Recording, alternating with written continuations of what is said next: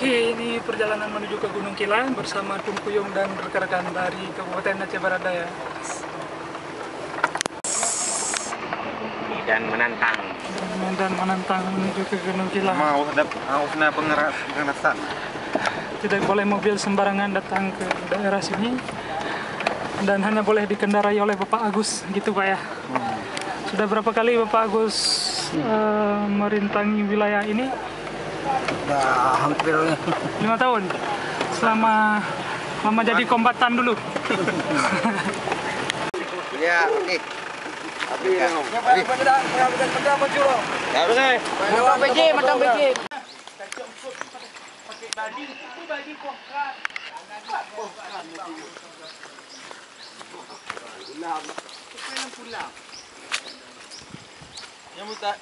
Menakjubkan, oh. Menakjubkan. Tapi duduk medai. Ya. Di kolam bersumberkan air mata air. Ini adalah sumber mata air yang keluar langsung dari dalam tanah. Walaupun musim kemarau, airnya tetap keluar dan kemudian berbentuk kolam-kolam, dan ini berada di atas gunung. Mulai kita bilang sudah berada di atas gunung.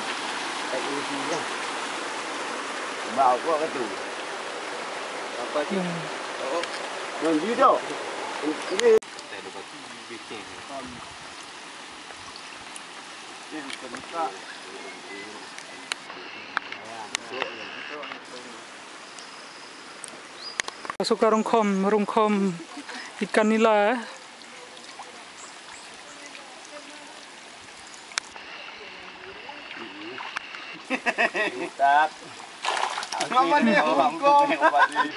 Gimana cara apa tuh rungkom?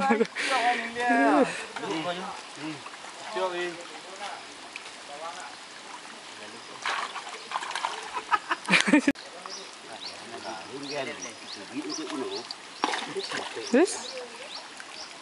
Udah lompat-lompat.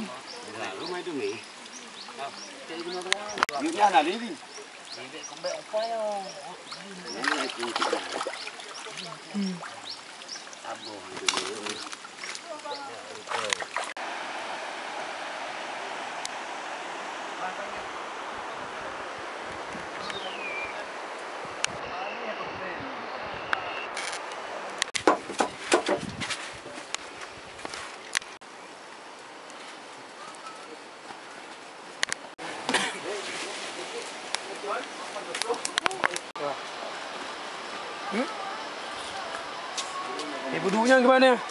Gede.